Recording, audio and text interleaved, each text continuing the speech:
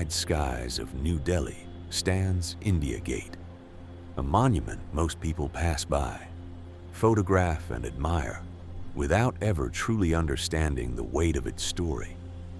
Rising 42 meters high, this grand arch was designed by British architect Edwin Lutyens and completed in 1931, at a time when India was still under British rule.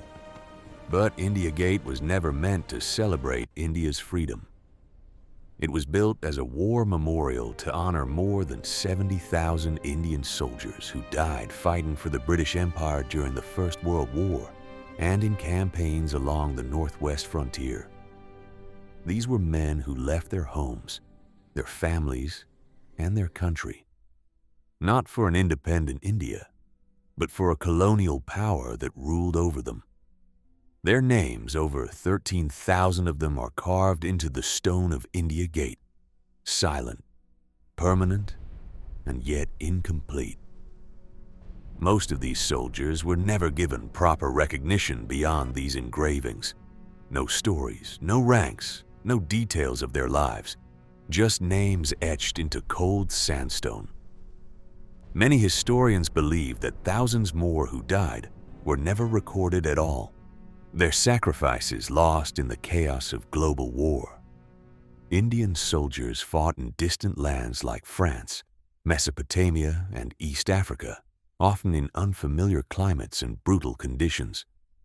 Letters from these soldiers, preserved in archives, reveal a quieter, more human story.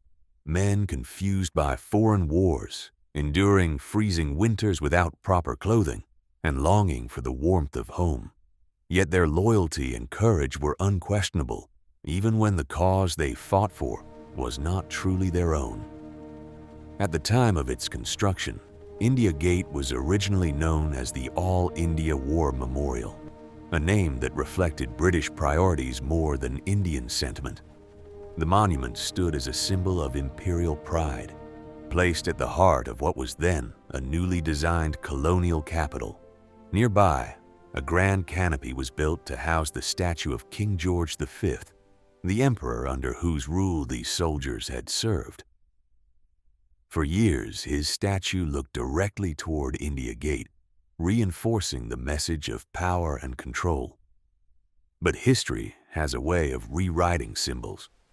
After India gained independence in 1947, the statue was removed in 1968, leaving the canopy empty for decades, a silent and powerful reminder of a colonial past that no longer held authority. The meaning of India Gate began to change in 1971, following the Indo-Pak War of 1971, when India emerged victorious and helped create Bangladesh. To honor the soldiers who died in that war, the Amar Jawan Jyoti, or the flame of the immortal soldier, was installed beneath the arch. The eternal flame burned continuously, guarded by soldiers, transforming the monument from a colonial war memorial into a symbol of national pride and sacrifice. It was here that India began to reclaim the narrative, honoring its own heroes on its own terms. Yet, even this flame carries a lesser-known story.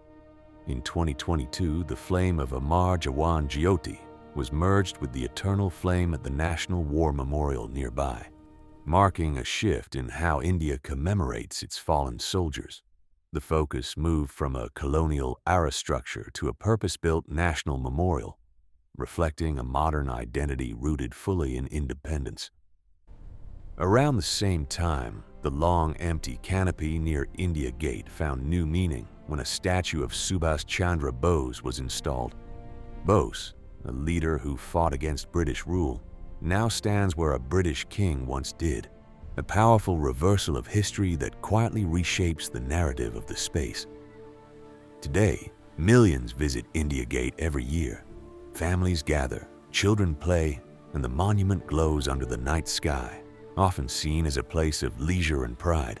But beneath its beauty lies a deeper truth, a story of soldiers who fought in a foreign war, of a monument built to serve an empire, and of a nation that slowly transformed its meaning over time.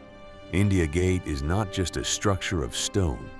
It is a living symbol of how history evolves, how power shifts, and how a country reclaims its identity. It reminds us that monuments